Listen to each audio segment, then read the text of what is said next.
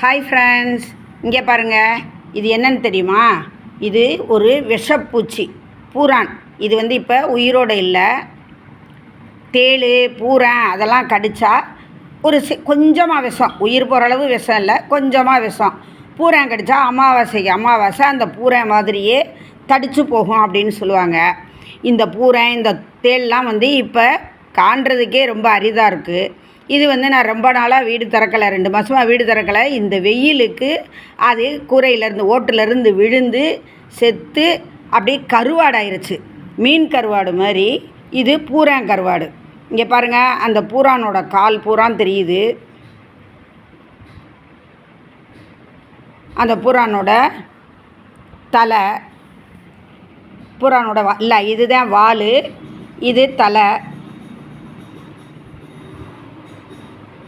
இது உயிரோடு இருந்திருந்தால் இப்படி கையால் பிடிக்க முடியுமா?